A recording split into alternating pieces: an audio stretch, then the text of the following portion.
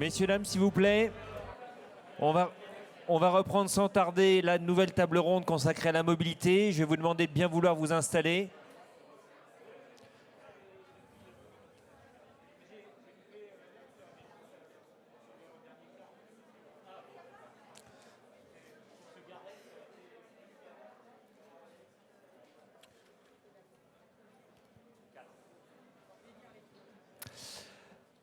Alors, merci de rejoindre donc vos chaises. Donc, je vous le disais ce matin en entrée, les deux tables rondes de cette matinée sont consacrées donc respectivement au bâtiment et à la mobilité, donc les deux principaux postes émetteurs de gaz à effet de serre en France. À noter évidemment que celui de la mobilité, vous le savez, est tout particulier puisque c'est celui sur lequel on a le moins de prise et qui continue à croître à vitesse grand V.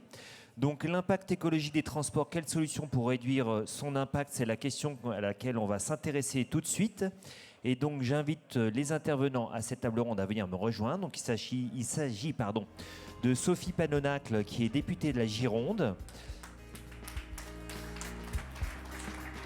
Patrick Pellata, qui est président de Meta Strategy Consulting. Installez-vous ici. Loïc Boutier, qui est ingénieur en chef responsable GPL GNV au sein du groupe Renault Dacia. Et ainsi que Dominique Maucly, qui est président et directeur général de Terrega, qui nous rejoint. Donc on va vous faire apporter à vous tous et toutes un micro.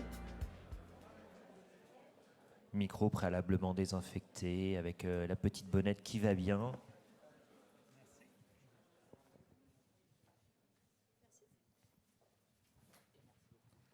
Voilà, donc tout le monde est équipé, c'est parfait. Je m'en vais rejoindre ma place. Donc je le disais effectivement, l'impact écologique des transports, il est majeur.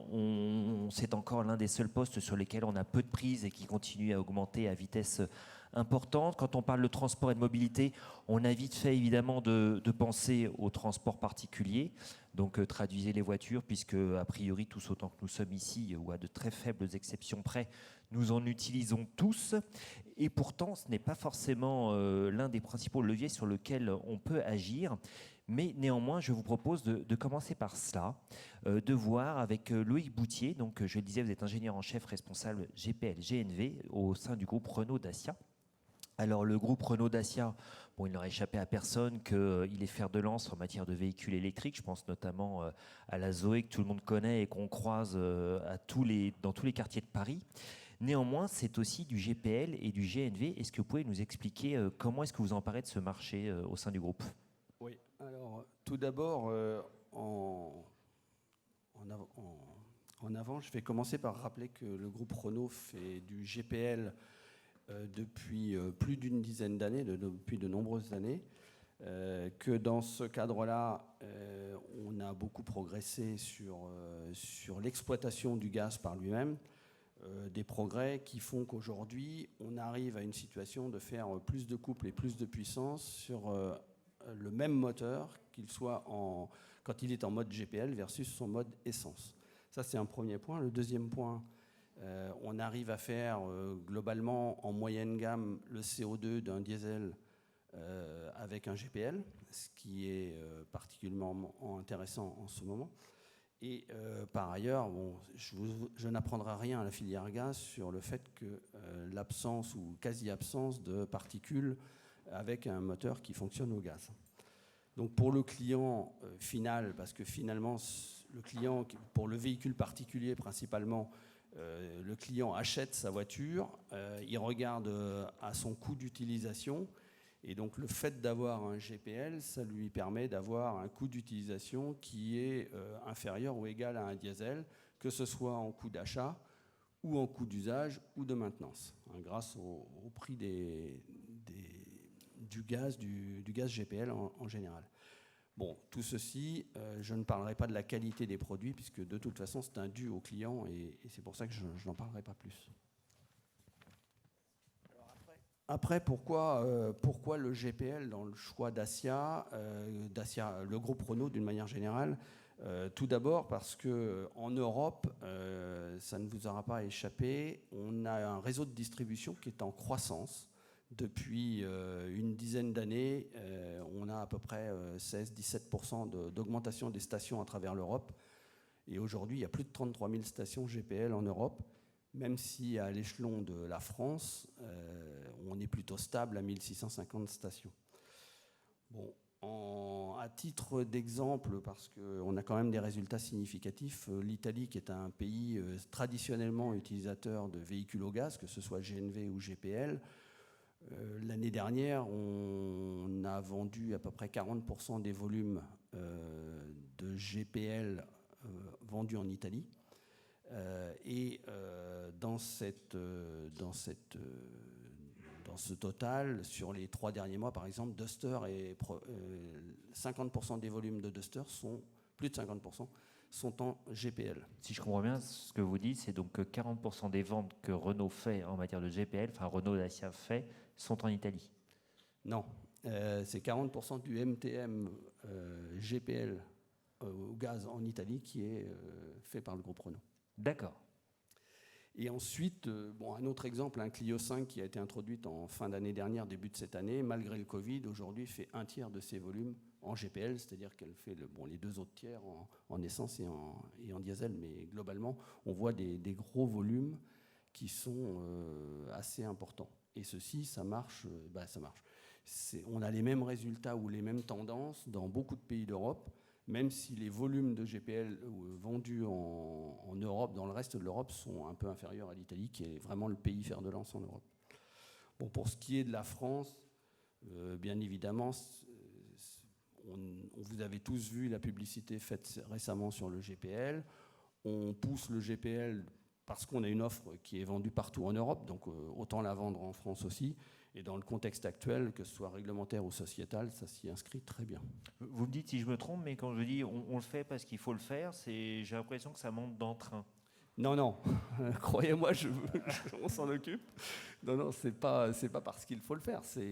On a une offre, on se doit de la distribuer partout, surtout qu'elle est très prisée dans certains pays d'Europe, donc on la met partout, et partout où on peut la vendre. Et la France, on a la chance d'avoir un réseau qui est parfaitement maillé.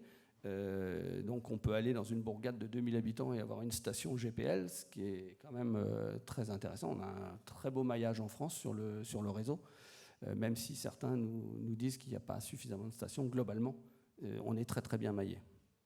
Bon, et après, quand on parle de la transition écologique, bien sûr, puisque c'est l'objet de la réunion, je dirais que pour nous, c'est vraiment une solution d'avenir. Pourquoi ? Parce que d'abord, aujourd'hui, on a déjà du bio-GPL de distribuer à travers certains distributeurs en France. Bon, alors je laisserai la filière gazière confirmer les chiffres, mais je crois comprendre qu'on est à peu près aux alentours de 10%. Et puis, il y a certains acteurs surtout qui s'engagent à être 100% bio à l'horizon de 2040. Donc, ce qui donne de la perspective à ce type d'énergie. Et pour les véhicules particuliers, l'intérêt du GPL, sans pour autant dire que le GNV, c'est pas possible, hein, il y a des constructeurs qui le font. L'intérêt du GPL, c'est le stockage. Le gros intérêt, c'est qu'on stocke une énergie comme de l'essence, dans un réservoir sous pression, mais globalement comme de l'essence, et on fait le plein en 2 minutes. Ça ne veut pas dire que le GNV, ce n'est pas une bonne énergie. La difficulté du GNV pour un véhicule particulier, c'est la taille des réservoirs qu'il faut pour avoir une autonomie de 400-500 km. On est dans x3, x4 le volume du réservoir de GPL. Donc on est sur d'autres types de véhicules, voilà, utilitaires notamment. Donc je ne ferme pas la porte au GNV. Hein. Je pense que ça fait sens sur d'autres véhicules type utilitaire où on a potentiellement un petit peu plus de place pour pouvoir mettre des bouteilles de GNV. Bon, en conclusion, je dirais que le GPL, c'est la solution qui est en ligne avec l'ADN de Dacia pour des clients qui sont... Allez-y, vous pouvez éteindre votre portable. Ce sont les choses qui arrivent. La preuve. Voilà. Le GPL, pour moi, c'est une solution qui est en ligne avec l'ADN de Dacia. parce qu'on a une technologie qui est éprouvée et qui est abordable pour le client utilisateur. Parce que, bien sûr, la difficulté des énergies renouvelables pour le client qui paye sa voiture et qui l'utilise, c'est bien son coût d'achat et son coût d'entretien. Alors quand on vous écoute, on sent bien qu'effectivement en Italie, ça marche fort. Et pourquoi est-ce qu'en France, ça ne fonctionne pas ou pas aussi bien qu'on pourrait l'espérer, notamment versus le véhicule électrique? Est-ce que c'est une question de tradition? Est-ce que c'est une question d'où est-ce que ça vient? Oui, je pense que clairement, ça vient d'une solution.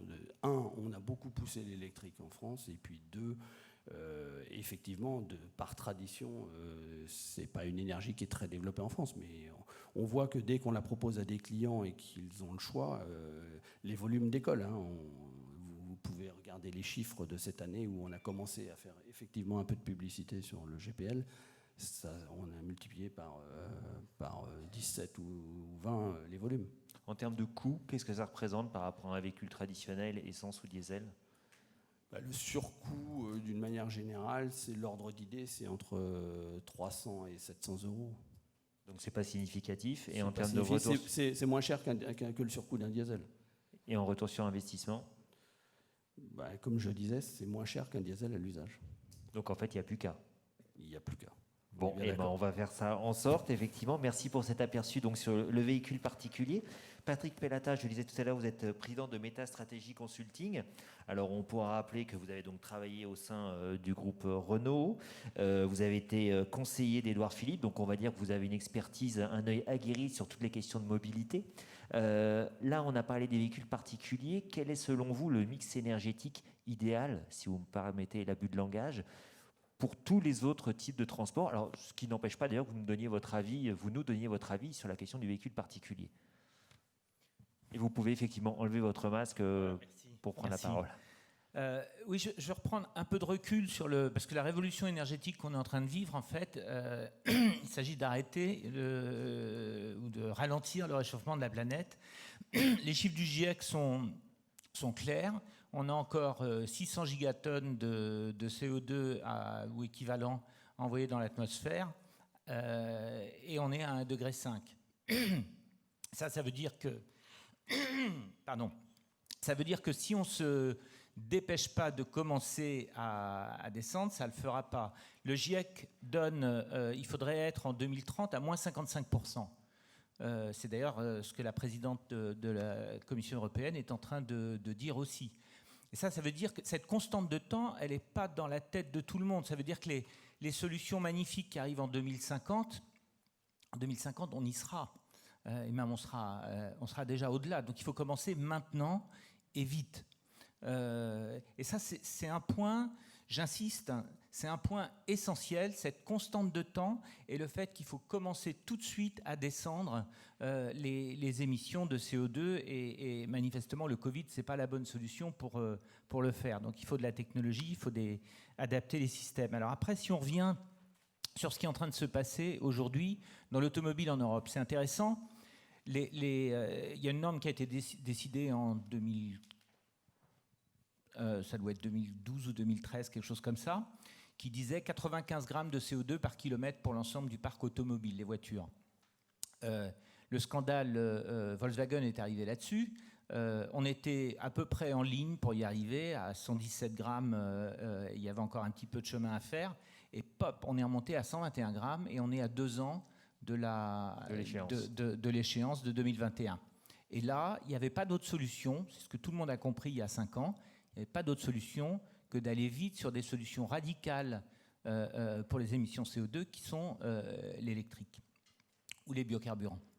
Et donc l'Europe a massivement basculé avec des investissements. On est en train de parler batterie plus véhicules électriques chez les constructeurs et chez les équipementiers. On est de l'ordre de 300 à 380 milliards d'euros d'investissements qui sont faits en ce moment. Vous dites l'électrique et les biocarbes, mais pas le gaz. Alors, dans les biocarburants, je mets le biogaz. D'accord. Oui, je vais y venir. Et donc, aujourd'hui, les parts de marché ont explosé. On était à 2,5% en France, on est à 9% en 9 mois. Le basculement s'est fait. Dans certains pays, alors la Norvège, on est tous au courant, mais en Suède, on est à 27%, si je reprends mes chiffres. Ça, Finlande, 15%, Pays-Bas, 13%. et même l'Allemagne, qui était plus conservateur, on va dire, sur ce sujet, est à 8%. Donc et on sera, si aucun constructeur veut payer des pénalités qui sont énormes, des milliards de dollars, d'euros, on sera à 13-14% l'année prochaine, à probablement de l'ordre de 20% et au-delà en 2025, et entre 40 et 50% en 2030, puisque l'Europe a aussi décidé qu'après 2021, il faudrait faire moins 37,5% d'ici 2030. Ce qui, entre parenthèses, entre 2018 et 2030, l'automobile, si elle y arrive, aura fait moins 50%, avec des technologies matures, mais en progrès continu. Donc ça, c'est la big picture. Sur pourquoi l'électrique ? Parce que les batteries évoluent très vite. En autonomie, maintenant, on est couramment à 400, 500 km. Une Toyota Mirai hydrogène et une Tesla Model 3, par exemple, c'est toutes les deux 560 km dans la même norme WLTP de mesure.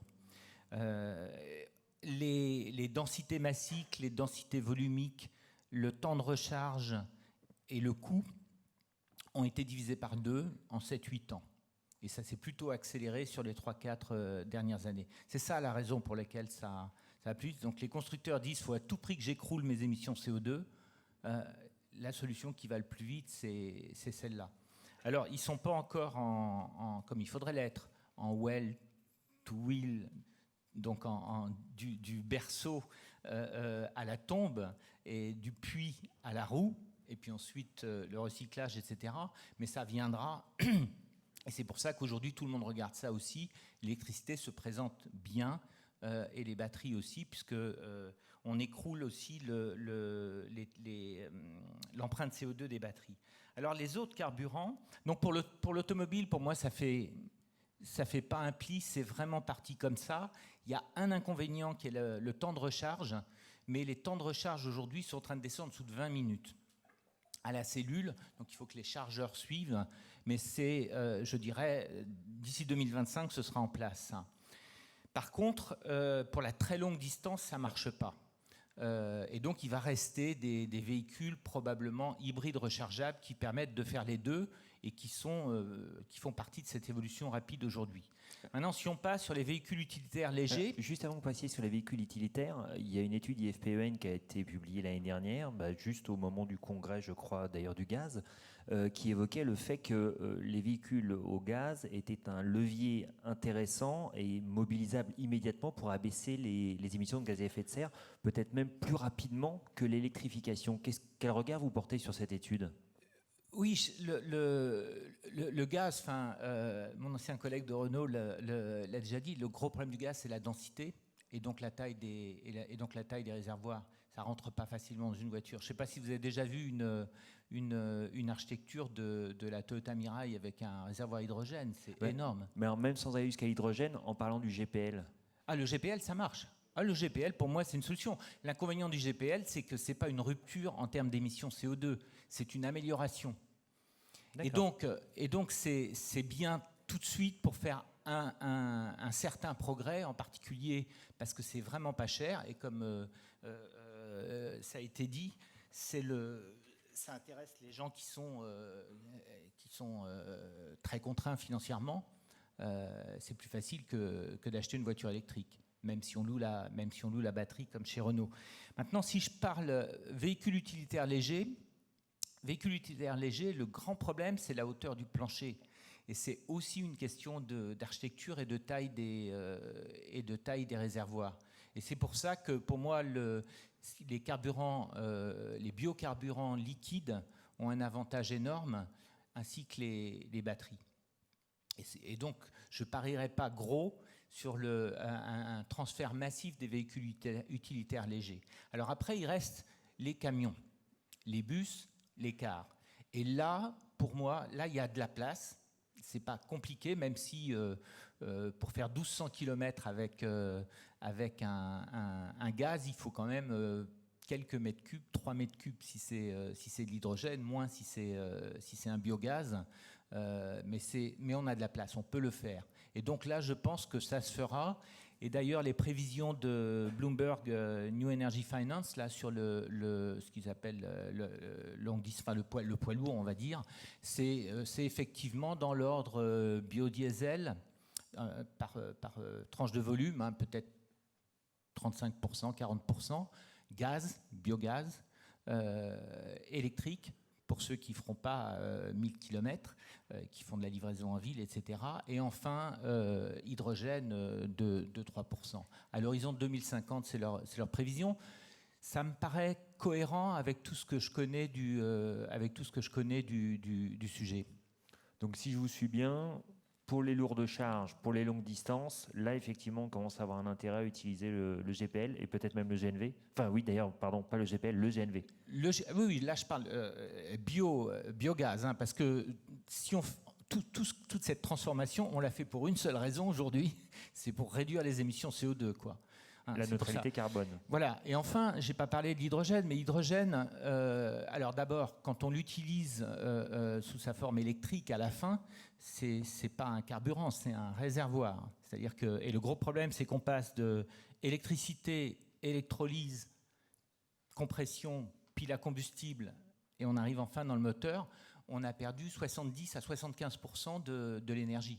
Si on fait électricité, réseau, batterie, moteur, on a perdu 10 à 15%. Donc le rendement de l'hydrogène par électrolyse quand c'est mobile, quand on utilise l'hydrogène sous forme électrique à la fin, sous une pile à combustible, c'est un rendement qui est déplorable, qui est entre 25 et 30%.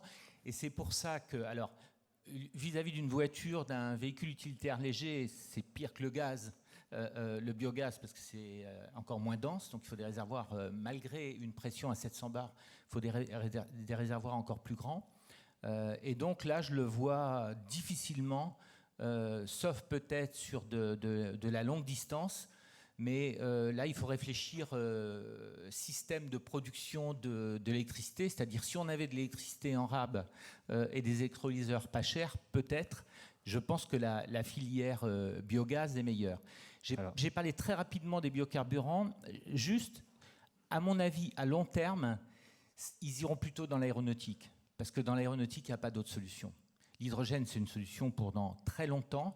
Et si on veut avoir abaissé de beaucoup ce qui est leur objectif collectif, les émissions des avions, il faut des biocarburants. Je ne vois pas comment on peut faire autrement. On reviendra de toute façon sur cette question de l'hydrogène un petit peu plus tardivement.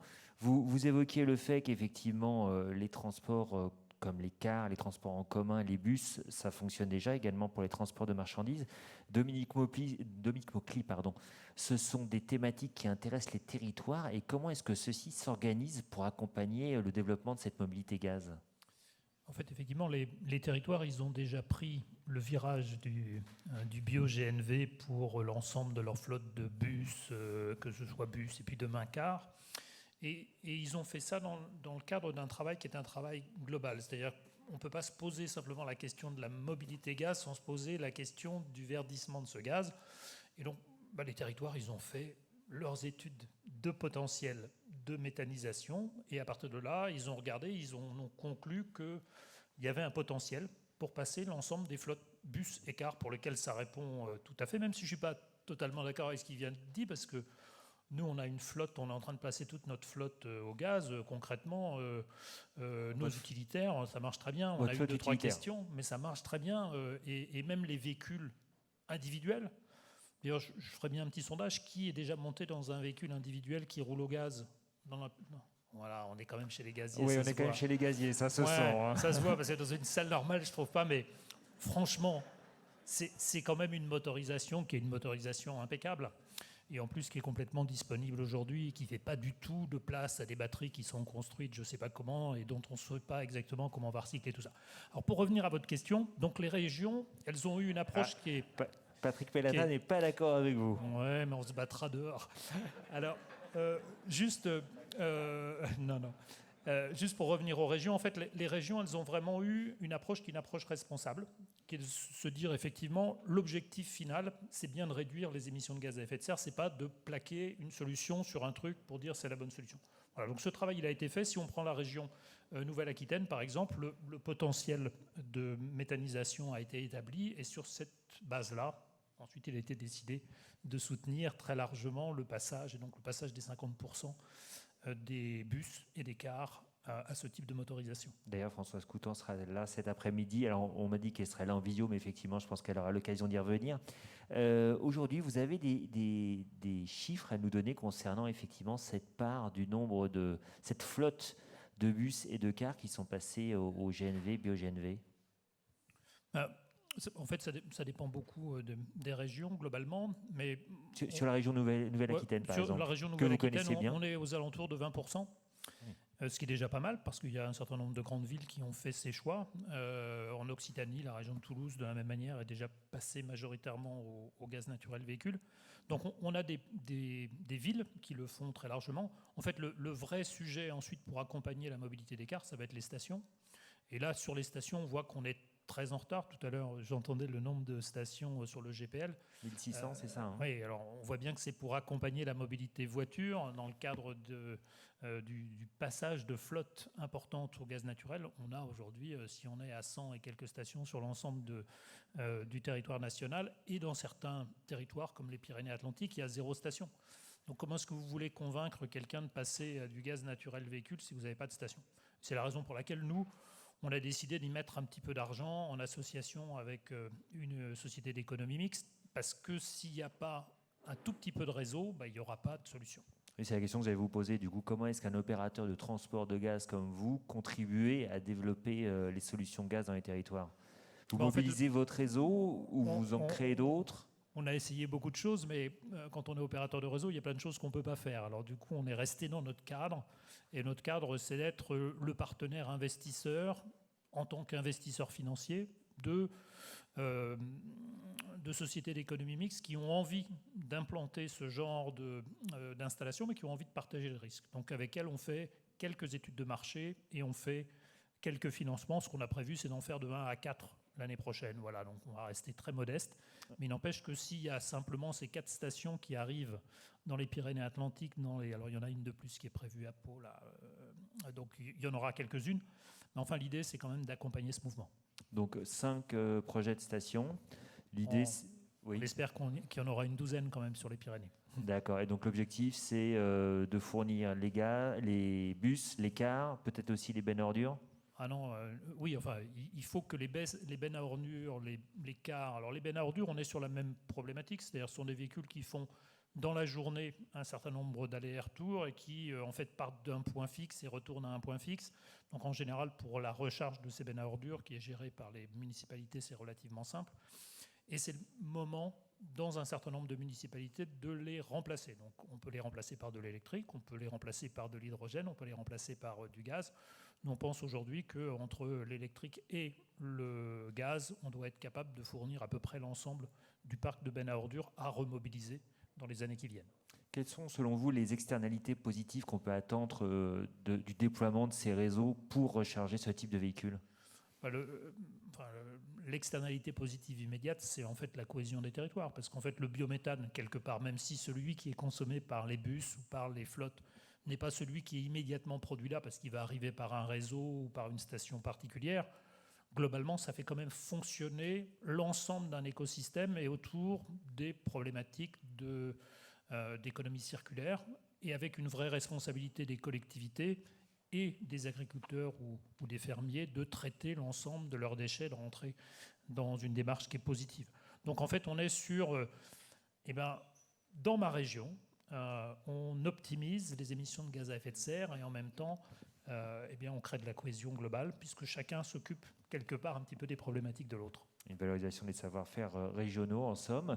Alors, on a vu donc les véhicules particuliers, on a vu les véhicules utilitaires. Je vous propose qu'on aille encore un petit peu plus loin en abordant avec vous, Sophie Panonacle. Vous êtes députée de la Gironde, je le disais tout à l'heure. La question du transport maritime, qui est effectivement sur le devant de la scène depuis quelques années, parce qu'on a fini par se rendre compte quand même que même si ça se situait loin de chez nous, ça polluait énormément.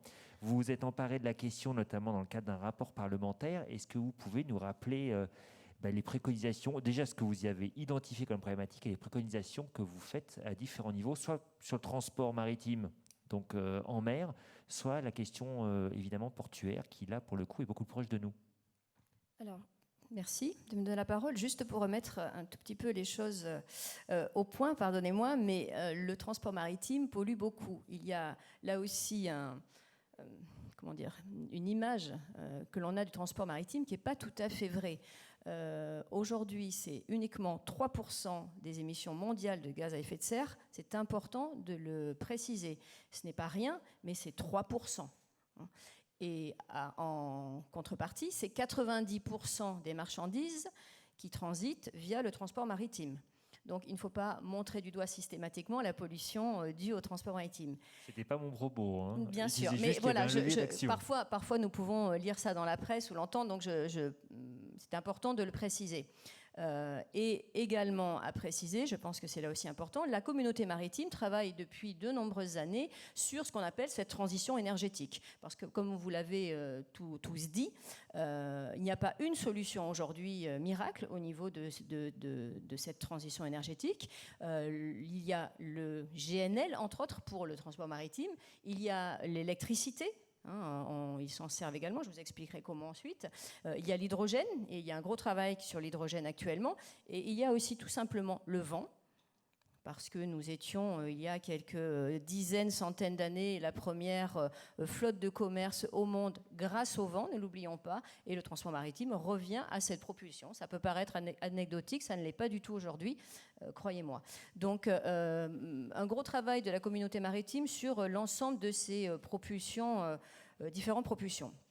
Quant à nous, au niveau de l'Assemblée nationale et dans le cadre donc de la team maritime que j'ai le plaisir d'animer, nous avons travaillé avec l'Association française du gaz, M. Corbin et d'autres acteurs sur effectivement des possibilités d'utilisation du GNL et entre autres des améliorations, on va dire, financières. Donc une première table ronde que nous avions organisée à l'Assemblée, ça commence à dater, en mars 2018, sur effectivement comment mettre en avant le GNL et comment favoriser l'utilisation du GNL au niveau du transport maritime.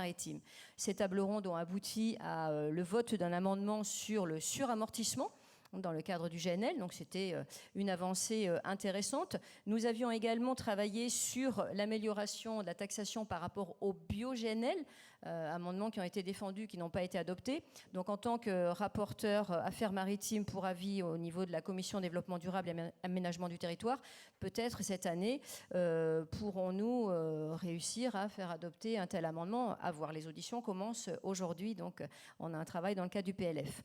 Alors dans le cadre de la team, donc GNL, bio-GNL, qu'est-ce que nous avons obtenu? Alors, ça, c'est vraiment très national, si je veux dire, des avancées nationales. Il y a des avancées européennes dans le cas du GNL, puisque au plus tard, le 31 décembre 2025, un nombre approprié, alors là, on passe plus précisément au niveau des ports, un nombre approprié de points de ravitaillement en GNL doivent être disponibles dans les ports maritimes. Donc il y a aussi une concertation et des avancées européennes importantes à ce niveau-là. Quoi vous dire d'autre? Évidemment, il y a le niveau international, puisque le transport maritime ne s'arrête pas aux frontières de la France. Donc au niveau international également, un travail intéressant, et entre autres sur la limitation de la vitesse, quel que soit d'ailleurs le carburant que l'on utilise, fuel lourd, en espérant que ça disparaisse progressivement, et ça va disparaître, mais même par rapport au GNL, pourquoi il n'y aurait pas utilisation du GNL, et également coupler la diminution de la vitesse, ce qui réduit, on sait très bien que le GNL au niveau des navires, ce n'est pas zéro pollution, donc en diminuant la vitesse, on diminuerait encore cette pollution atmosphérique qui est importante. Ça, c'est au niveau du transport en général, mais on a aussi la problématique des ports. Les navires qui arrivent à quai continuent à faire tourner leur moteur pour X raisons. Le bateau n'est pas totalement arrêté. Et là, on a une pollution importante. On en parle souvent dans le cadre sur le port de Marseille. On en parle aussi sur le port de Bordeaux. De belles avancées là aussi sont en cours. Il y a des branchements, ce qu'on appelle les branchements de bord à quai. C'est quoi? C'est simplement que le navire se branche sur ses bornes, soit à l'électricité, on va dire classique, ce qui pose un problème parce que ça demande une puissance électrique extrêmement forte et de quel ordre? Difficile pour les ports d'apporter cette puissance électrique. Donc on utilise le GNL, des bornes GNL qui qui sont branchés sur l'électricité, bien sûr, mais qui transforment le GNL et qui permet au bateau d'avoir une autonomie et donc de ne pas polluer en dégageant ces fumées noires que l'on peut voir parfois des cheminées, comme à Marseille particulièrement. D'accord, donc l'objectif, c'est qu'on on consomme directement le GNL à quai pour alimenter les bateaux en électricité. Absolument, ça se fait déjà. Ce qui évite, j'imagine, le fait qu'on mette les bateaux en conformité avec l'approvisionnement spécifique en GNL. Oui, mais ça existe déjà. Ce branchement à quai est relativement facile. Sur des bateaux, on peut transformer des bateaux. Et après, il y a des bateaux qui sont construits aujourd'hui totalement au GNL. Là, c'est évidemment bien encore plus simple. Alors, j'imagine qu'il y a en plus des externalités positives, notamment en matière de pollution atmosphérique pour les villes portuaires. Bien sûr, c'est l'intérêt principal pour, comme je vous le disais, pour Marseille. On sait que le port est totalement ancré dans la ville, donc un gros problème sur la santé des habitants de Marseille. Après, il y a eu des études qui se sont faites par exemple sur le port de Bordeaux, où on a ce port dans la ville, la pollution atmosphérique est beaucoup moindre. Alors ça ne veut pas dire qu'il ne faut pas continuer à faire des efforts sur le port de Bordeaux, et bien évidemment c'est en cours. D'ailleurs, si je vais être un peu chauvine, si vous me permettez d'insister un tout petit peu sur le port de Bordeaux, il y a aussi un gros projet, c'est d'utiliser l'hydrogène, mais mieux que ça, c'est pas de l'hydrogène qu'on va fabriquer, c'est en fait du recyclage d'hydrogène d'une usine qui s'appelle Nourion, qui est c'est de l'industrie chimique en fait, et cette usine a en déchet de l'hydrogène. Donc plutôt que de conserver l'hydrogène en tant que déchet, elle va être récupérée par le port de Bordeaux pour être réutilisée sur la manutention des ports par exemple ou d'autres projets. Donc on est vraiment dans l'économie circulaire et en utilisant un carburant propre finalement. Au bout du compte, il sera propre. Quand vous dites utiliser pour la manutention, c'est les chariots de manutention, par exemple, oui. D'accord. La question que je voulais vous poser, en vous écoutant, parce que vous parliez effectivement donc des mesures en matière de suramortissement, est-ce qu'aujourd'hui, vous avez d'ores et déjà identifié les conséquences de cet amendement qui est passé? Est-ce que ça a, selon vous, dynamisé effectivement l'adoption du GNL? Alors, on a quelques... La communauté maritime n'attendait pas que cet amendement pour passer le cap. Mais effectivement, ça a dynamisé des projets, des nouveaux projets. Pour n'en citer que quelques-uns, vous les connaissez peut-être. On a le Jacques Saadé. C'est le plus grand porte-conteneurs au monde au GNL. Donc c'est quand même, ce n'est pas rien. On a le Honfleur qui va rejoindre la flotte de Brittany Ferries également en 2020. Donc c'est de l'actualité, on va dire. La compagnie également Corsica Linea a commandé son premier navire GNL en 2019. Donc vous voyez, nous avons quand même quelques... Et l'Ostrea, alors là aussi, je vais reparler du port de Bordeaux, pardonnez-moi. L'Ostrea a été récemment livré donc, au grand port de Bordeaux, fin juillet. Et c'est la première drague en France, au monde, à pouvoir fonctionner intégralement au GNL. Donc vous voyez que la communauté maritime se mobilise pour utiliser ce carburant, sachant que je le redis, on reste dans cette transition énergétique. On a beaucoup d'espoir sur l'utilisation de l'hydrogène également, du vent, mais il n'y a pas une solution aujourd'hui. Le mix énergétique est extrêmement important. Le GNL a toute sa place. L'évolution du gaz, bien évidemment, et je sais que vous travaillez dessus. Ce qui est important, c'est d'arriver à combiner, en tout cas, ne surtout pas opposer notre développement économique, quel qu'il soit, dans n'importe quel milieu, automobile, maritime et autres, et l'écologie. Et c'est grâce à ces nouvelles énergies qu'effectivement notre pays restera compétitif tout en préservant absolument son environnement et sa qualité de l'air. Patrick Pellata, vous vous inscrivez dans la continuité de ces propos de Madame la députée, parce que tout à l'heure vous parliez effectivement de tout le potentiel d'hybridation. Là, avec le transport maritime, on est à fond dans cette logique finalement de pouvoir utiliser les bonnes énergies au bon moment, voire les combiner entre elles. Je suis tout à fait d'accord avec ça. C'est-à-dire qu'il n'y a pas... Ce que j'ai essayé d'expliquer tout à l'heure, c'est que pour la voiture particulière, il y a un avantage énorme à l'électrique qui ne va pas tout couvrir, mais avec les hybrides rechargeables, on couvre tout. Sur les camions longue distance, les bus, les bateaux qui font des longues distances ou les bateaux au port, ça me paraît évident qu'il faut chercher d'autres solutions. Je pense qu'il y a quelque chose qui m'agace un peu de temps en temps dans ce qu'on lit dans les médias en ce moment sur l'hydrogène, c'est pas parce que c'était un des illustres anciens polytechniciens qui était le patron de Thomson avant la guerre, qui a écrit un petit bouquin qui s'appelle chronique d'Olivier Barenton, chronique d'un confiseur d'Olivier Barenton, et qui disait « c'est pas parce qu'on a un marteau en main que tous les problèmes sont des clous. C'est pas parce qu'on s'occupe de l'hydrogène qu'il faut vouloir le mettre partout. C'est pas parce qu'on s'occupe de l'électricité qu'il faut vouloir le mettre partout, etc. » Donc je pense que ce qui est très important en ce moment, c'est que au-delà de la mousse qui monte sur chacun de ces sujets, c'est de bien voir quel est le bon domaine d'application du point de vue du réchauffement de la planète, enfin d'arrêter les émissions CO2 d'un point de vue économique et d'un point de vue d'usage client qui vont bien avec chacun de ces usages. Et donc, moi, je suis tout à fait d'accord avec ce que j'ai entendu. Alors, le seul point de désaccord par rapport à ce que j'ai entendu tout à l'heure, c'est sur un véhicule utilitaire léger. Moi, j'ai fait de l'architecture automobile pendant une grande partie de ma vie.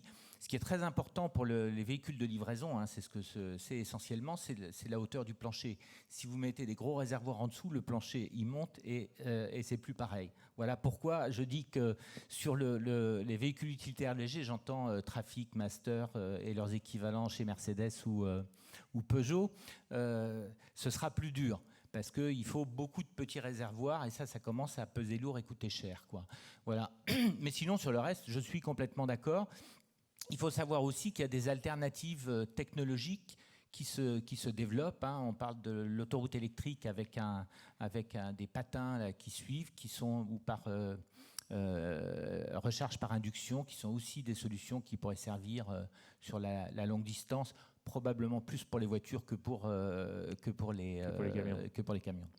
Alors pour revenir sur le sujet que vous évoquiez tout à l'heure, les avions, je vous ai un petit peu coupé d'ailleurs au moment du décollage du propos, vous m'en excusez. Effectivement, récemment Airbus vient de présenter 3 projets, je crois, d'avions à l'hydrogène. Qu'est-ce que ça vous inspire? Est-ce que c'est réaliste, sachant qu'il y a déjà un collectif d'ingénieurs aéronautiques qui a publié un courrier, je crois très récemment, pas plus tard que ce week-end, considérant qu'on était plus dans le domaine du rêve que de la réalité. Est-ce que vous confirmez? Moi, je suis ingénieur aussi, mais pas aéronautique, mais j'ai beaucoup de liens avec Safran. C'est de l'hydrogène cryogénique à moins de 250 degrés. L'hydrogène cryogénique, il faut le produire sur place. On le fait à côté des fusées. Les pipelines, le plus long pipeline au monde d'hydrogène cryogénique, il est à Kourou, il fait juste 1,5 km. Donc, c'est Céveso à partir du moment où vous produisez. Donc, si vous imaginez Roissy, JFK, Heathrow, Céveso, avec une garantie de 0 accident forever, c'est difficile à penser. C'est pour ça que, très sincèrement, je pense que les biocarburants liquides, là, le gaz, c'est trop volumineux, c'est pas assez dense, mais les biocarburants liquides, c'est la solution pour l'aviation. Et il faut toujours garder en tête cette constante de temps. Si on veut que l'aviation, elle est réduite, ils doivent avoir réduit par rapport à 2005 leurs émissions de moitié en 2050.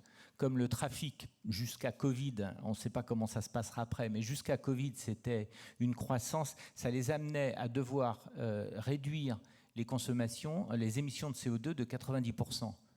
Il n'y a pas beaucoup d'autres solutions que les biocarburants liquides. Donc c'est pour ça que je dis ça. Et c'est pour ça que l'automobile, à mon avis, elle aura du mal à aller là-dedans. Et comme un camion, ça peut prendre du volume, contrairement à un avion, je pense que le biogaz, c'est la solution pour les camions de longue durée quand l'électrique ne le fait pas.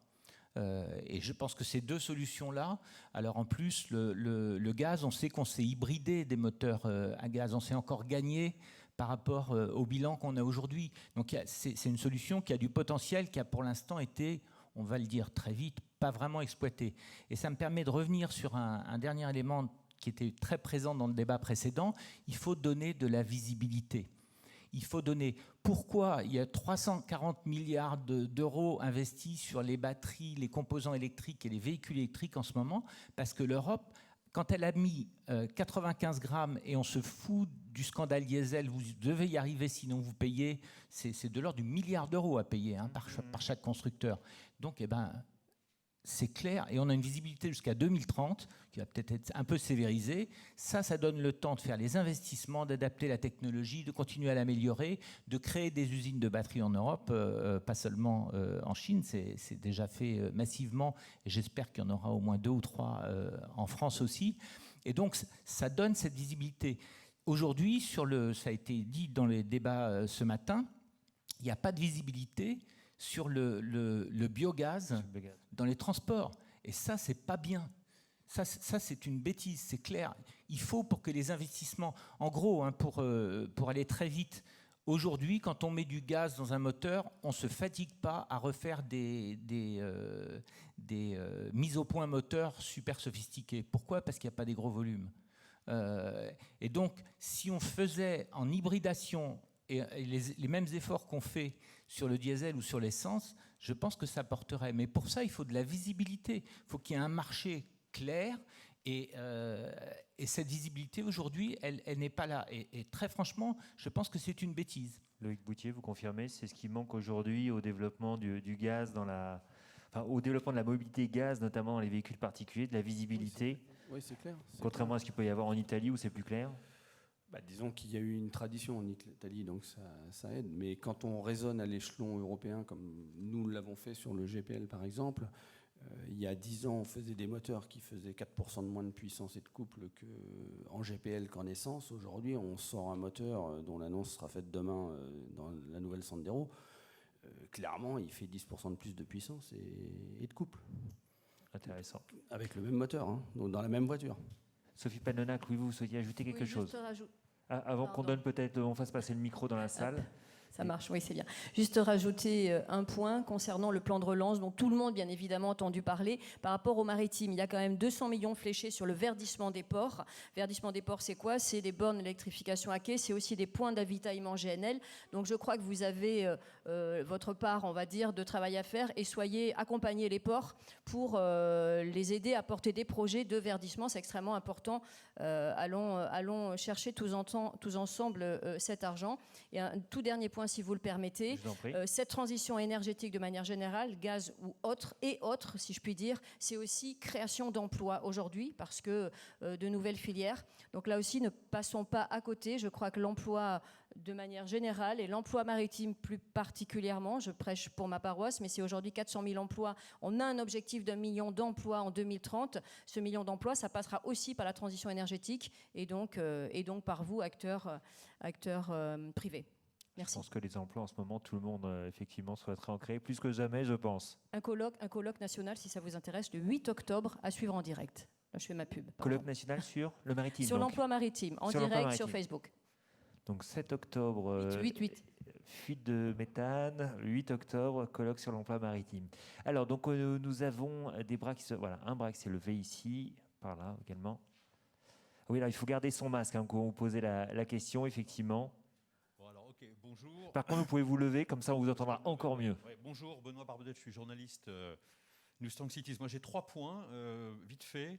Aujourd'hui, dans les grandes métropoles, il y a l'obligation de mettre en place des zones à faible émission. Ces zones à faible émission, elles sont mises sur la base, dans la plupart des cas, des vignettes critères. Donc j'aurais voulu, sur les vignettes critères, savoir ce que vous en pensez. Est-ce qu'aujourd'hui c'est une classification qui est digne d'intérêt ou qui pourrait être rediscutée, revue ? Le vignette critère. Deuxième point, tout à l'heure dans le logement, on a beaucoup parlé d'incitation des particuliers. Il faut mobiliser les personnes, les particuliers, le grand public. Est-ce qu'on n'a pas le même problème aujourd'hui dans l'automobile ? C'est-à-dire qu'au fond, on ne voit pas très clair sur le nombre de dispositifs incitatifs, hormis quelques primes de reconversion, le suramortissement pour certains types de véhicules utilitaires. Mais là aussi, y aurait-il pas nécessité d'un guichet unique ? Je trouve que ce qui a été évoqué tout à l'heure dans le logement n'a pas beaucoup été évoqué dans la mobilité. Or, aujourd'hui, l'enjeu, il est là pour les particuliers. Vous l'avez souligné, il y a urgence. Or, aujourd'hui, on n'est pas sûr que le grand public soit incité à ne pas rouler au diesel, pour faire court. Troisième sujet, on a beaucoup parlé avec le Covid de la démobilité. C'est un vrai sujet, c'est-à-dire qu'aujourd'hui, on se rend compte que les gens se déplacent moins. On ne sait pas s'ils se déplacent moins parce qu'il y avait le Covid ou si à terme, ils se déplaceront de moins en moins, notamment dans le cadre du trajet domicile-travail. On voit bien que le terrain se met en place. On a vu avec la députée, on peut travailler à distance. En tenant compte de la démobilité possible, en tenant compte de la démographie qui a été évoquée tout à l'heure dans le logement, est-ce qu'il n'y a pas une problématique de modèle économique pour un certain nombre d'énergies et d'innovations ? C'est-à-dire qu'au fond, aujourd'hui, on part dans tous les sens, en tout cas l'impression qu'on a. Je ne parle pas que du gaz, je parle de toutes les énergies. On part dans tous les sens. Or, on n'est pas sûr de l'efficience et de la réalité économique de toutes les énergies à terme, à 10 ans, à 20 ans, à 30 ans. Il y aura probablement des innovations qui vont ne pas survivre à ce contexte économique. Donc j'aimerais bien avoir le point de vue de nos spécialistes sur ces 3 questions-là. Merci. Alors, je ne sais pas si quelqu'un veut s'emparer d'une partie, en tout cas, de ces questions. Moi, j'aurais tendance à m'orienter vers Patrick Pelata, notamment pour la question de critères. D'ailleurs, qui, je pense, rejoint finalement vos 2 premières questions, la vignette critères en tant que telle, en termes d'efficacité, et puis finalement le fléchage de l'investissement des particuliers, parce qu'aujourd'hui, critères, clairement, ça favorise le diesel. Est-ce qu'il serait opportun, à votre avis, de le faire évoluer ? Ça défavorise le diesel critère. Parce que ça défavorise. Pardon, oui, excusez-moi. On est en train de parler de 2 choses différentes, hein, c'est-à-dire l'essentiel, là, c'est la relance écologique. J'ai switché avec le bonus-malus. Dans ma tête, ça s'est confondu. Excusez-moi. Il faut arrêter le réchauffement de la planète. Comme ça, c'est d'ordre 1 et c'est extrêmement important. Puis ensuite, on parle de la pollution locale. Sur la pollution locale, il faut savoir qu'un diesel moderne, c'est-à-dire Euro 6D, ceux qui sont sortis depuis 2 ans ou 1 an, selon qu'ils étaient nouveaux ou pas nouveaux, là, c'est la même chose qu'un moteur essence maintenant. Il y a un tout petit écart sur les NOx. Et même si on prend les Euro 5, j'ai fait le calcul il n'y a pas longtemps avec les données d'Air Parif, là, les véhicules Euro 5, ils ont produit 1,5% des particules en région parisienne, quoi. 1,5%. Ils font plus sur le NOx, parce que ça n'avait pas été réglé. Avec Euro 6D, ils sont au même niveau, c'est-à-dire ça va descendre à une toute petite fraction. Donc, c'est pas normal qu'aujourd'hui, de mon point de vue, d'un point de vue d'ingénieur, c'est pas normal qu'un diesel Euro 6D soit pas critère 1. J'imagine qu'un véhicule au gaz, il est critère 1. Donc, mais encore une fois, on mélange 2 choses. Je pense que l'énorme problème qu'on a devant nous, c'est réduire les émissions CO2. C'est ça l'énorme problème. Et il faut s'améliorer en même temps sur les émissions locales, ce que aujourd'hui, les motorisations électriques, thermiques, diesel, essence, gaz, GPL ou GNV font déjà. Alors, concernant les investissements dans le contexte Covid... Je vais m'essayer sur les 2 autres questions. Pas évident. La première sur le guichet unique. Je vais vous donner mon expérience personnelle. Je pense que quand on change de voiture, on se pose plein de questions et c'est vrai qu'on n'a pas les réponses de façon simple. Alors, on va regarder chacun des modèles individuellement et on s'est essayé dans le cadre de l'entreprise justement sur tout ce qui est politique de voiture et d'usage en interne. En fait, on est obligé de faire une étude complète. Donc, je pense qu'il y a, je ne sais pas s'il y a besoin d'un guichet unique, mais en tout cas, il y aurait besoin d'une espèce de synthèse unique des modalités et des performances associées. Parce que, en fait, ce qu'on n'a pas non plus, c'est la performance associée de chacun des types de modèles et autres. Donc, moi, ma seule recommandation, ce serait de faisons un espèce de catalogue assez simple des, à la fois, mesures par type de véhicule et les performances qu'on obtient avec ce type de véhicule. Pour la deuxième réponse, pour la question sur est-ce qu'on n'est pas en train de tout changer, c'est possible qu'on soit en train de tout changer, mais il ne faut justement pas arrêter l'innovation. C'est-à-dire que je pense qu'un certain nombre des dispositifs vont trouver leur place. Ce qu'il faut effectivement analyser, ce que vous soulignez, c'est que ce n'est pas simplement une question de technologie et d'usage traditionnel. On est aussi en train de changer un certain nombre d'usages et de modes de fonctionnement sociétaux. Bon, mais à mon avis, il faut continuer de pousser les différentes solutions possibles et sans doute qu'elles trouveront leur place dans une de ces nouveaux usages. Patrick Pelata. Oui, je voudrais rajouter un point sur l'urgence de la transition. Hein. Je vous disais tout à l'heure, 600 gigatonnes, ça c'est ce que les hommes de la planète et leurs industries et leurs transports, etc. émettent. 40 giga, c'est le crédit qu'il faut pour arriver à 1,5 degré, ça se cumule, hein, et c'est 40 gigatonnes par an, quoi. Donc il faut aller vite. Et si je prends un parc automobile, ça se renouvelle en gros tous les 12 ans. Si on veut être à 0 en 2050, ça veut dire que tout ce qui est vendu en 2038, pour prendre la dernière limite, devra être à 0. Les flottes de camions, ça se renouvelle plus vite, mais on va dire entre 8 et 10 ans. ça veut dire qu'en 2040, 42 au plus tard, c'est 100% des camions vendus sont à zéro, etc. Les bus, ça dure plus longtemps. Enfin bref, c'est tout ça pour dire que ces changements, ils sont en train d'arriver maintenant. Pourquoi ? Parce que l'urgence, elle est là. Et plus on sera lent à engager ces transformations, plus les réglementations, parce que les catastrophes écologiques vont continuer de s'accumuler et devenir de plus en plus graves, et donc les politiques vont finir par dire, attendez, là, maintenant, c'est pas cette règle-là, mais c'est une règle plus sévère, ce sera encore plus difficile. C'est pour ça que je pense qu'il est très important pour les gouvernements et les industries de construire ensemble une visibilité. Parce qu'il faut du temps pour transformer des bateaux. Je ne connais pas la vitesse c'est pas comme le bâtiment où on disait tout à l'heure un millénaire, là où. La durée de vie des bateaux, mais c'est beaucoup. C'est beaucoup. Donc oui. il faut démarrer vite et éventuellement il faut être capable de faire de la transformation de bateaux existants et là encore le gaz c'est une solution intéressante, quoi. Voilà, c'est pour ça que vous avez l'impression que tout bouge partout, mais simplement il y a le feu au lac et toutes ces innovations, elles doivent arriver maintenant et à grande échelle. C'est plus l'heure des pilotes, des proof of concept, comme on dit, c'est l'heure du passage à la grande échelle. Deuxième question. Oui, bonjour à vous tous et bonjour à l'Assemblée. Je me présente rapidement, je suis Benoît Schnell, je suis président du syndicat professionnel des entreprises locales de distribution de gaz en France. Nous sommes un peu moins d'une trentaine d'entreprises de distribution qui, aux côtés de GRDF, œuvrons pour ce métier. Alors, nous sommes des petites, moyennes, grandes entreprises. Nous sommes engagés aux côtés des collectivités locales pour promouvoir la transition énergétique et pour faire en sorte qu'émergent des solutions adaptées au local. Nous l'avons prouvé depuis maintenant 25 ans dans le domaine du transport, puisque beaucoup d'initiatives ont émergé des territoires. Je prends l'exemple sur Grenoble, je prends l'exemple sur Strasbourg, je prends l'exemple sur Poitiers. Enfin, il y a énormément de solutions qui ont été mises en œuvre parce qu'il y avait de la volonté politique, il y avait de la volonté des territoires, il y avait aussi de la volonté d'acteurs comme nous qui avons accompagné les collectivités dans ces choix-là.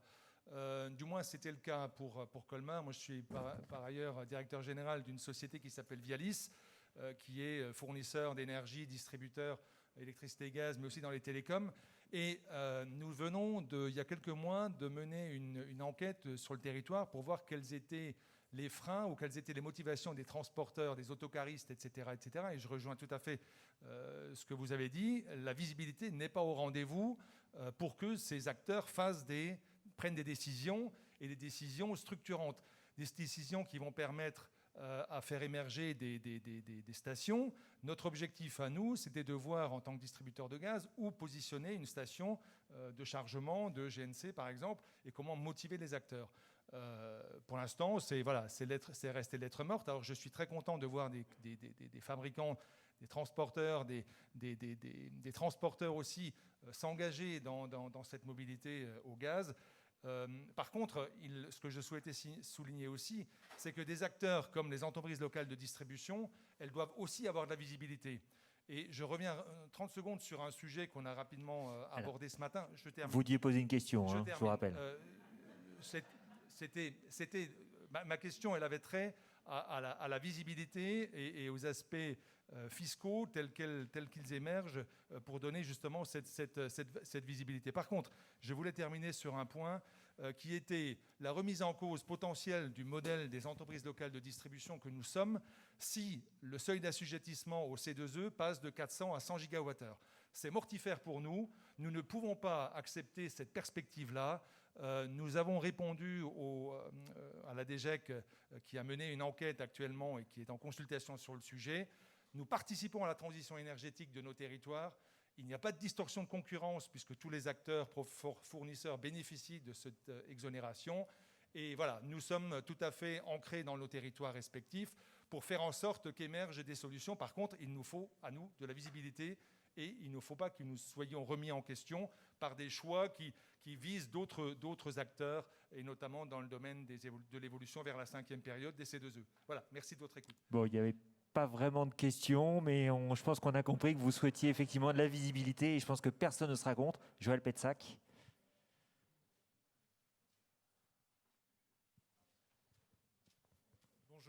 suis pas tout à fait neutre, je dirige le comité français de butane propane, donc j'assure la promotion du GPL. Et j'avais une question, enfin une remarque pour Monsieur Pelata sur les biocarburants liquides. Le biopropane, par exemple, qui est un bio-GPL, peut parfaitement fonctionner dans un véhicule, une Dacia ou autre, puisque c'est un carburant liquide et gazeux et qui a toutes les caractéristiques d'un biocombustible. Kyoto, c'est division par 4 des émissions de CO2 et un biogaz divise par 4 les émissions de CO2 du gaz fossile, qu'il soit GPL ou GNV. Ma question, c'est combien de temps, si vous deviez conseiller un Premier ministre, serons-nous en capacité de donner 10 000 € pour subventionner un véhicule électrique si les véhicules électriques représentent 30% des ventes du marché toute marque à l'horizon 2025, comme vous l'avez cité tout à l'heure. Et ça représente 600 000 véhicules, donc 30% sur 2 millions de véhicules, c'est à peu près 6 milliards d'euros, si j'ai fait le bon calcul. Donc l'industrie automobile, c'est une industrie de très grande série. Ça veut dire qu'un moteur diesel pas cher comme le moteur K de Renault, ça a été 1 million par an, ça devait être 1,5 million par an, quoi. Tant qu'on n'est pas dans des très grandes cadences dans l'automobile, on est cher. Un véhicule prototype, ça coûte, sans le moteur, hein, si on met le moteur, ça coûte 6-7 millions d'euros, quoi. Mais on le vend, quand on le fait en grande série, on descend à 20 000, c'est ça la raison. Donc il fallait permettre à cette industrie de décoller, ce qu'elle a fait. Le prix des batteries, maintenant, c'est des informations publiques. Hein, on est autour de $100 le kilowattheure. C'est-à-dire une Zoé, ça veut être, pour une Zoé, c'est pack, au niveau du pack, hein, ça veut dire de l'ordre de 5 000 €. Les prix sont en train de descendre. C'est pour ça que quand j'étais numéro 2 de Renault, j'avais décidé qu'on louerait les batteries. Parce qu'effectivement, il faut que ce soit abordable. Et ça, et le prix de location de batterie, ça peut descendre. Donc encore une fois, on est dans une révolution énergétique. Donc il faut se donner les moyens d'y arriver. Et le problème quand on parle de trop de solutions différentes et de pas assez de focus sur un usage, un type de flotte et des carburants, c'est qu'à la fin, il n'y a pas de directive du tout. Et ça, donc il n'y a pas de visibilité et il n'y a rien qui se passe. C'est ça le pire. Je pense que sur l'automobile, l'électrique, c'est une bonne solution, on va dire à 80-90%. Donc il y a encore de la marge. Sur les bus, ça flotte entre électrique, gaz et maintenant hydrogène, malgré un coût élevé. Sur les camions, c'est franchement pas clair, quoi. Et ça, c'est pas bon. De mon point de vue, il faut un peu plus de réflexion ingénieur, économique et usage et de pragmatisme au lieu qu'il y ait un buzz politique qui s'emballe sur l'une des technologies qui n'est pas forcément la meilleure pour toutes, quoi. Je suis tout à fait d'accord avec ce qui a été dit. On ne va pas terminer avec... alors on avait diesel, essence, mais aux États-Unis il y avait quasiment que essence. On ne va pas terminer avec une seule solution. Il y en aura au moins 3 ou 4, quoi. Alors on est arrivé on a déjà dépassé d'ailleurs le temps qui nous était imparti pour la table ronde. Néanmoins, j'ai juste envie de vous poser une question à chacun d'entre vous avec une réponse en quelques secondes. Le sujet donc du colloque, du congrès, c'est pour une relance écologique et industrielle. La question de la relance, du plan de relance, elle est sur toutes les lèvres. Alors j'ai envie de vous poser la question à chacun d'entre vous en quelques secondes, une réponse. Est-ce que le plan de relance est au rendez-vous en matière de mobilité, quelle qu'elle soit? Choisissez le tropisme qui vous intéresse pour répondre à cette petite question, en commençant par vous, Patrick Pelata. Est-ce que le plan de relance est au rendez-vous? Oui, c'est ça. Si on cumule les annonces qui avaient été faites en mai ou juin là, sur le plan pour l'automobile et le plan de relance, je pense que oui, tout à fait. D'ailleurs, j'ai bien noté que sur l'hydrogène, c'est des électrolyseurs, parce qu'il faut produire de l'hydrogène propre. Hein. Je rappelle que l'hydrogène actuel, c'est 870 millions de tonnes au niveau mondial. C'est la revue du gaz 2020, je cite mes sources. C'est-à-dire 2,2%, c'est presque autant que l'aviation. Donc il faut déjà décarboner l'hydrogène de base, quoi. On y reviendra cet après-midi. Ensuite, il y en a besoin pour l'acier, etc. etc. Et donc il faut des électrolyseurs, ça c'est très très bien. Et ensuite, il parle transport lourd. pour moi, c'est une des solutions possibles à côté des biogaz et à côté éventuellement des morceaux d'autoroute électrique, quoi. Donc oui. Sophie Panonacle. Je vais vous dire oui, bien évidemment. Oui, je vais vous dire oui, sachant qu'au niveau du maritime, cette transition énergétique et on ne parlait pas de relance, mais en tout cas cette implication dans les nouvelles énergies, elle avait démarré bien avant le plan de relance. La crise a fait que ça a compliqué la vie de tout le monde, donc le plan de relance est bienvenu. Je vous le disais tout à l'heure, il y a 200 millions dans le cadre du verdissement des ports. Les ports, c'est de la mobilité aussi, puisque c'est l'accueil des bateaux. Après, on n'a pas de fléchage particulier sur le transport maritime. Il suffit simplement d'aller piocher à droite à gauche, le maritime, quelque part, et sur l'ensemble du plan de relance. Il faut mener les projets, il faut aller déposer des dossiers dans le cadre de ce plan de relance, mais on a quelques milliards à dépenser, donc oui. Dominique Mogli. Oui, mais j'aurais préféré qu'il fasse un petit peu plus de place au biogaz, à la fois au niveau de la production et au niveau de la consommation, parce que en fait, c'est la visibilité qu'on cherche. Et il y a besoin d'un peu de visibilité. Comme le disait Édouard tout à l'heure, on ne peut pas demander à quelqu'un d'acheter un utilitaire en lui disant que demain, peut-être qu'il ne pourra pas rentrer en centre-ville. Donc là, il y a un trou. Effectivement, un trou à combler. Et Loïc Boutier, pour finir. Je crois que mes 3 prédécesseurs ont déjà dit beaucoup de choses et je suis en phase avec le dernier. On aurait eu besoin qu'on parle un petit peu du gaz dans le plan de relance, aussi bien que ce soit du bio-GNV ou du GNV, ou du bio-GPL et du GPL. Eh bien, merci à vous 4 donc, de votre participation à cette table ronde consacrée à la mobilité. On va donc avoir le déjeuner qui est servi juste au-dessus, je crois, c'est ça? Et retour à 14h15 ici même. Merci, à tout à l'heure. Et bon appétit.